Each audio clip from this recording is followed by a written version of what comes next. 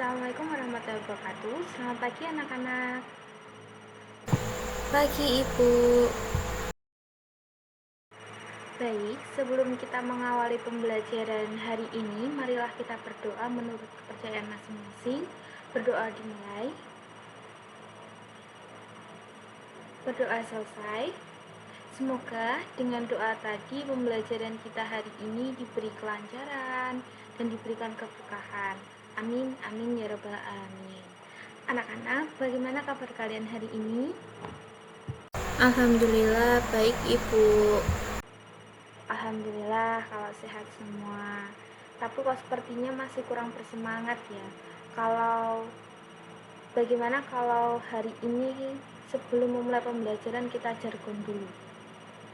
Jadi kalau ibu bertanya bagaimana kabarnya hari ini, nanti kalian jawab hari ini sehat, hari ini kuat, kita pasti semangat.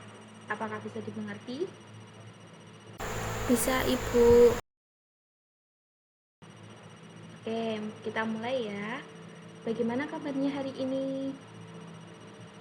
Hari ini sehat, hari ini kuat, kita pasti semangat. Oke, luar biasa. Sebelum kita belajar tentang hukum 3 Newton, Ibu ingin mengajukan beberapa pertanyaan diskusi kepada kalian. Yang pertama, apakah kalian tahu apa yang menyebabkan suatu benda itu bisa bergerak? Ada yang mau berpendapat? Ayo, Mbak Safira, bisa berpendapat lebih dahulu, salah nggak apa-apa. Setahu saya benda bergerak karena adanya gaya Ibu. Oke, apakah ada lagi yang mau berpendapat? Oh, nggak ada. Oke, kalau begitu nggak apa-apa, Ibu lanjut ke pertanyaan yang kedua. Ini masih seputar tentang benda yang bergerak. Jadi, apabila ada suatu benda yang bergerak, apakah arah dari gerak suatu benda itu akan tetap selalu sama dengan arah gaya yang bekerja padanya? Ada yang tahu nggak? Ada yang tahu jawabannya nggak? Silakan berpendapat. Oh, nggak tahu. Mbak Abel? Oh, nggak tahu juga. Oke, kalau begitu Ibu akan jelaskan ya. Jadi, kita akan mengenal terlebih dahulu apa yang namanya aksi dan reaksi. Misalkan, ada seorang perenang. Seperti yang kita tahu, perenang itu kan mendorong ke belakang tangannya. Nah, apa yang terjadi? Sewaktu tangannya itu didorong ke depan, didorong ke belakang begini, didorong ke belakang begini, apa yang terjadi? Maju ke depan Ibu. Betul, maju ke depan. Saat perenang mendorong air ke belakang, itu artinya dia sedang melakukan aksi, sehingga tubuhnya itu terdorong maju ke depan sebagai reaksi yang ditimbulkan dari aksi yang telah dia lakukan itu tadi. Nah, dari sini kita dapat konsep bahwa benda itu bergerak karena adanya gaya. Jadi gaya yang diberikan tuh nggak hilang begitu aja, dia akan menimbulkan reaksi. Nah, inilah yang membuat benda itu bisa bergerak dan berubah arah. Nah, untuk memperdalam pembahasan tentang gaya, gerak, aksi dan reaksi ini, mari kita lihat dan perhatikan video.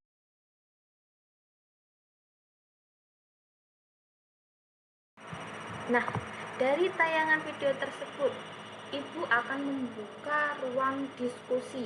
Jadi ada yang bertanya, ada yang menjawab. Oke? Baik, siapa yang mau bertanya? Ya, Mbak Abel. Baik, izin bertanya Ibu, tadi kan sudah dijelaskan bahwa benda itu bergerak karena adanya gaya. Jadi perahu pastinya bergerak juga karena ada gaya kan Bu. Nah, misalnya seseorang mendayung perahu ke arah belakang, perahunya kan bergerak. Tapi saya ingin tahu arah geraknya itu kemana Bu. Apakah sama dengan arah dayungnya atau justru berlawanan? Wah, pertanyaannya sangat bagus ya dari Mbak Abel ini. Sebelum Ibu menjawab, Ibu boleh minta salah satu ada yang berpendapat terlebih dahulu. Mbak Cipa? Oh, nggak tahu. Oke. Mbak Syafira mau berpendapat? Oke, silakan. Mohon maaf jika salah ya, Bu. Jadi menurut saya itu arah geraknya berlawanan. Jadi kalau orangnya itu mendayung ke arah belakang, berarti perahunya itu akan bergerak ke depan. Begitu pula sebaliknya, Bu. Nah, itu terjadi karena mungkin ada gaya dorong, Bu. Jadi pas airnya didorong ke depan, perahunya jadi ikut mundur gitu. Tapi kalau airnya didorong ke belakang, perahunya akan maju ke depan. Sepertinya kurang lebih seperti itu, Bu. Wah, benar sekali ya jawaban dari Mbak Syafira. Sama seperti pertanyaan yang diajukan Mbak April tadi. Sangat bagus sekali dua-duanya. Oke, jadi benar ya anak-anak. Konsep yang sudah dijelaskan oleh Mbak Syafira. Saat seseorang itu mendayung perahu dan memberikan gaya dorong ke air ke arah belakang, maka perahunya itu akan bergerak maju ke depan. Begitu pula sebaliknya, ketika kita memberikan gaya dorong ke airnya ini ke arah depan, maka perahu kita akan mundur. Nah, gaya dorong yang kita berikan ke air ini dikenal sebagai aksi atau gaya aksi. Nah, ketika kita bergerak mundur atau maju, itu adalah reaksi yang ditimbulkan oleh adanya aksi yang telah kita berikan tadi. Nah, konsep inilah yang akan kita pelajari lebih dalam di hukum 3 Newton. Untuk memperdalam pemahaman kalian mengenai hukum 3 Newton, kita akan lanjut ke sesi kegiatan bereksperimen. Minggu kemarin, Ibu sudah membagi kalian menjadi 2 kelompok. Kelompok 1 dan kelompok 2. Nah, apakah file pembagian kelompoknya sudah di-share dan sudah dibuka? Sudah, Ibu. Oke, karena sudah tahu masing-masing anggota kelompoknya, silakan untuk kelompok 1 berada di meja sebelah kiri dan untuk kelompok 2 berada di meja sebelah kanan. Tolong yang kondusif, jangan ramai dan jangan gaduh ya. Duduk di tempat masing-masing yang tenang, yang rapi. Oke, sudah? Sudah. Oke, karena sudah kumpul dengan masing-masing kelompoknya, Ibu akan menjelaskan mengenai kegiatan eksperimen kita hari ini. Jadi di depan meja kalian itu sudah ada LKPD. Nah, dibuka dulu LKPD-nya, dibaca dan dicermati terlebih dahulu alat dan bahan yang akan kita gunakan di eksperimen kali ini. Sudah? Oke, kalau sudah, Ibu minta salah satu perwakilan dari masing-masing kelompok maju ke depan untuk mengambil alat dan bahan eksperimen yang dibutuhkan.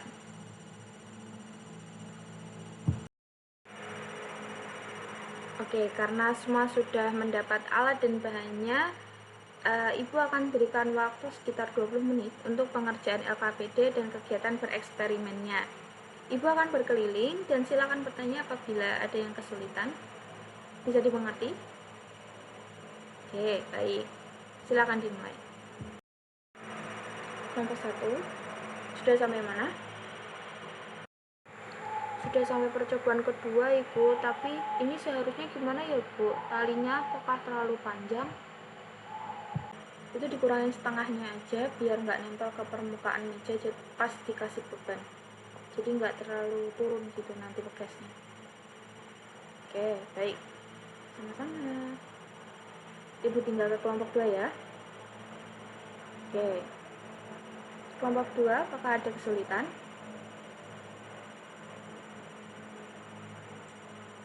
Nggak ada. Oke, alhamdulillah. Mbak Kuntum, Ibu lihat dari tadi Mbak Kuntum ini mainan laptop terus. Laptopnya disimpan dulu ya, nanti bisa dilanjut lagi mainnya, dibantu temannya itu. Oke?